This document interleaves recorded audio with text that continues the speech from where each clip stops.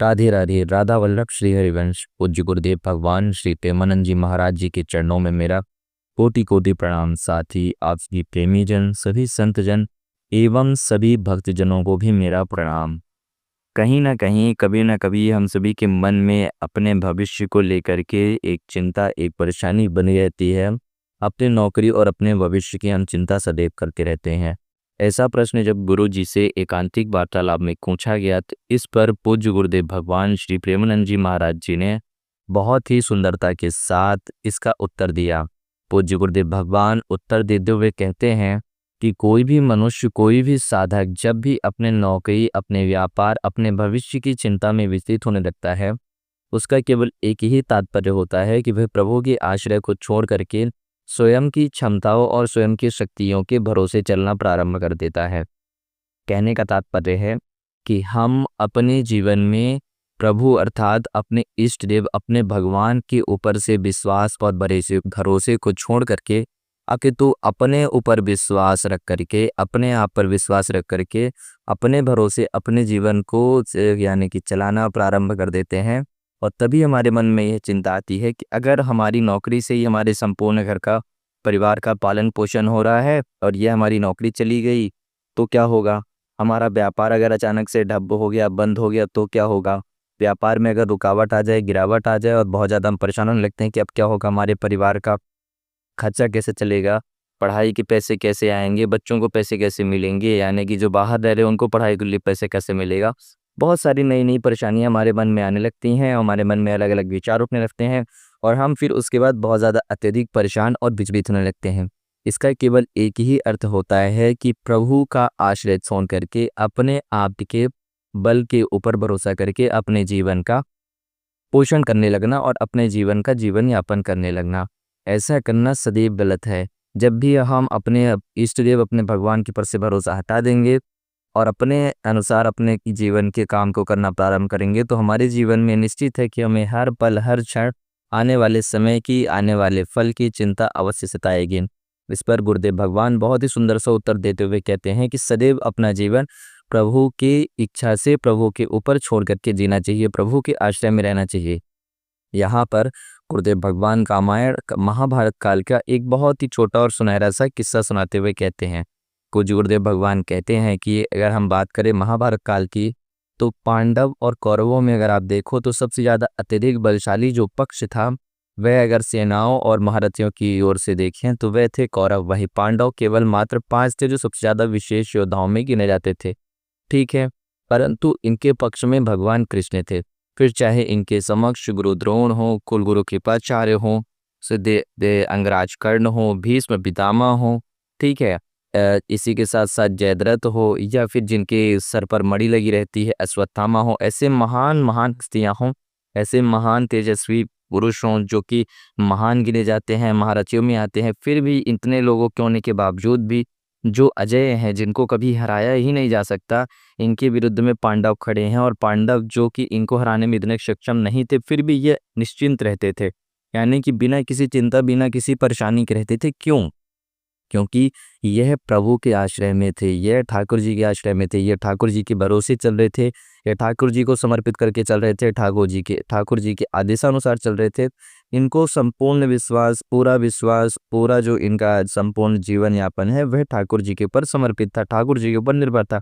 इसलिए इन्हें किसी भी कार्य की चिंता नहीं थी, किसी भी प्रकार के परिणाम की चिंता नहीं थी। इन्हें यह भरोसा था कि अगर एक मार्ग बंद होगा तो दूसरा मार्ग खुलेगा, दूसरा बंद होगा तो तीसरा मार्ग खुलेगा और हमारे हर एक समस्या का निवारण का रास्ता जो है कहीं ना कहीं से अवश्य रूप से निकलेगा। इसका अगर छोटा सा एक किस्सा हम देखें तो यहाँ पर गुरुदेव भगवान एक किस्सा सुनाते हुए कहते हैं कि जब भीष्म पितामह को दुर्योधन ने बहुत बार खरी खोटी सुनागत दी, ये कहा कि आप हमारे पक्ष से युद्ध तो कर रहे हैं परंतु आप अभी भी उन पांडवों की तरफ हैं, तो यहाँ पर भीष्म पितामह ने यानी कि चिड़बस में आकर के यह वचन दे दिया 5 बार निकालते हुए कि कल अगर मैं जीवित रहा तो 5 के 5 पांडवों का मैं वध अवश्य रूप से करूंगा। जब यह बात संपूर्ण यानी कि युद्ध भूमि में फैल गई, संपूर्ण यानी कि युद्ध भूमि में फैलने के बाद सभी लोगों को जब पता चली तो यह बात पांडवों के शिविर तक भी पहुंच गई। फिर वहां से जब इस बात को सुन करके पांचाली विचलित होती हैं तो उन्हीं के साथ साथ कृष्ण भी रहते हैं। तो जैसे ही दुर्योधन तो भीष्म पितामह जी से वार्तालाप करके उनके शिविर से निकलता है, कृष्ण भगवान स्वयं दासी के रूप में वस्त्र धारण कर लेते हैं और पांचाली के साथ भीष्म पितामह की शिविर की ओर निकल पड़ते हैं। वहां पर जैसे ही भीष्म पितामह अपने ध्यान अवस्था में बैठते हैं तो पांचाली अंदर जाती हैं, उन्हीं के पीछे पीछे श्री कृष्ण भी जाते हैं और वह शिविर के अंदर जाकर के मुख्य द्वार पर ही खड़े हो जाते हैं, शिविर का जो गेट होता है। ठीक, और जैसे ही पांचाली भीष्म पितामह को प्रणाम करते हैं तो भीष्म पितामह सौभाग्यवती भव का आशीर्वाद देते हैं। उन्हें यह लगता है कि ये अवश्य ही इतने जल्दी अगर कोई आया है तो वह दुर्योधन की पत्नी होगी। परंतु जैसे ही सौभाग्यवती भव का आशीर्वाद पा करके पांचाली भीष्म पितामह से कहती हैं कि हे ताश्री, आप एक तरफ मुनिरे सौभाग्य को उजाड़ने की बात करते हैं और वचन देते हैं, वहीं आप मुझे आशीर्वाद दे रहे हैं सौभाग्यवती भव। तब भीष्म पितामह खड़े होते हैं और देख करके हैरान हो जाते हैं और उनके मन से हैरानी होती है। पांचाली कहती है, मैं कौन से भीष्म की बातों को मानूं? उस भीष्म की बातों को मानो जो अपनी प्रतिज्ञा तोड़ने में आज तक कभी भी असफल नहीं हुआ है, तो सदैव सफल हुए हैं अपनी प्रतिज्ञा को पूर्ण करने में, या फिर इस भीष्म को मानो जो यहाँ पर झूठे वादे कर रहा है। यहाँ पर भीष्म पितामह कहते हैं कि तुम यहाँ इतनी जल्दी इस वक्त कैसे आए, कौन हो सकता है जो तुम्हें। फिर इतने में भीष्म पितामह देखते हैं कि उनके पीछे जो दासी स्वरूप में खड़ी है वह कोई दासी नहीं, स्वयं साक्षात भगवान श्री कृष्ण है। तो वह कहते हैं कि जिसके पक्ष में कृष्ण जैसा यानी कि देव हो, जिनके पक्ष में स्वयं नारायण हो, आखिर उन्हें ऐसे 100 भीष्म भी परास्त नहीं कर सकते, यानी कि मुझ जैसे 100 भीष्म भी तुम्हारा कुछ भी नहीं बिगाड़ सकते हैं। तुम्हारे सौभाग्य में किंचित मात्र भी आँच नहीं आ सकती है। मुझ जैसे 100 भीष्म भी आ जाए अगर तुम्हारे पक्ष में, यह नारायण है, सदैव भगवान श्री कृष्ण की कृपा बनी है। तो यहाँ पर आप देखेंगे कि जो चिंता है, जो समस्याएं हैं, उन सभी का निवारण भगवान स्वयं करते हैं। और जब भगवान यहाँ पर ये सारी लीलाएं करने के बाद जब शिविर में जाते हैं तो पांडवों को देखते हैं कि वह अच्छे से विश्राम कर रहे हैं, तो उन्हें जगाते हुए कहते हैं कि तुम लोग चैन की नींद सो रहे हो। वहाँ पर भीष्म पितामह ने यह प्रतिज्ञा ली है कि मैं कल सुबह होने के बाद 5 के 5 पांडवों का वध मैं स्वयं करूंगा, और यह वचन दिया है दुर्योधन। फिर भी तुम्हें कोई चिंता नहीं। तो यहाँ पर अर्जुन, साथ ही साथ उनके साथ जो उनके बड़े भाई हैं धर्मराज, युधिष्ठिर, भीम, ये सब लोग कहते हैं कि हमें कोई भी चिंता नहीं है, क्योंकि हमारे साथ आपको इसका भी कोई ना कोई समाधान होगा और आप अवश्य रूप से निकालेंगे। और वह निश्चिंत होकर पुनः विश्राम में चले जाते हैं। तो यहाँ पर आप देखो कि जब कोई भी साधक अपनी संपूर्ण निष्ठा प्रभु के चरणों में समर्पित करके अपना संपूर्ण जीवन यापन, अपना संपूर्ण कर्मफल प्रभु के चरणों में समर्पित करके अपना जीवन यापन करना प्रारंभ करता है, तो उसका जीवन अवश्य रूप से सफल होता है और उसके जीवन से हर प्रकार की चिंताएं, परेशानी, समस्याएं, बाधाएं समाप्त होने लगती हैं। जितनी भी समस्याएं, बाधाएं, परेशानियां आती हैं, उनका कोई ना कोई निवारण, कोई ना कोई समाधान अवश्य रूप से प्रभु कर देते हैं। सदैव याद रखिएगा कि मानव शक्ति से कई गुना अधिक बड़ी होती है ईश्वरीय शक्ति। या कई गुना अधिक बड़ी तो बहुत छोटी बात हो गई, कुछ भी हैसियत ही नहीं होती है हम जैसे तुच्छ मानव की शक्तियों की।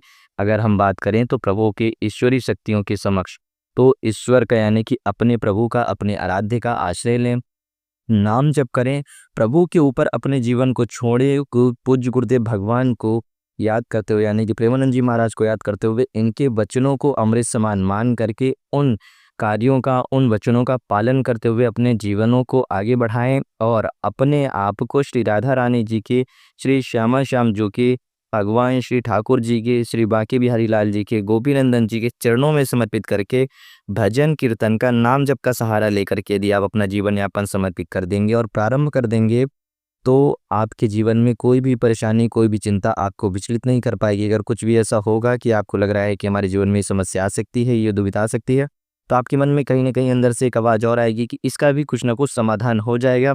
प्रभु की कृपा से इस समस्या का भी हल हो जाएगा और फिर आप अपने नाम चिंतन में लग जाएंगे, अपने वर्तमान के कार्य में आप लीन हो जाएंगे। तो सदैव भजन कीर्तन करें, भजन कीर्तन का सहारा लें, नाम जप करें, प्रभु का नाम लें और प्रभु के आश्रय छोड़कर यही अपने जीवन का यापन करें। आज की इस चर्चा में इतना ही। आप सभी को मेरा कोटि कोटि प्रणाम। साथ ही साथ पूज्य गुरुदेव भगवान श्री प्रेमानंद जी महाराज जी के चरणों में मेरा कोटि कोटि प्रणाम। राधे राधे। राधा वल्लभ श्री हरिवंश।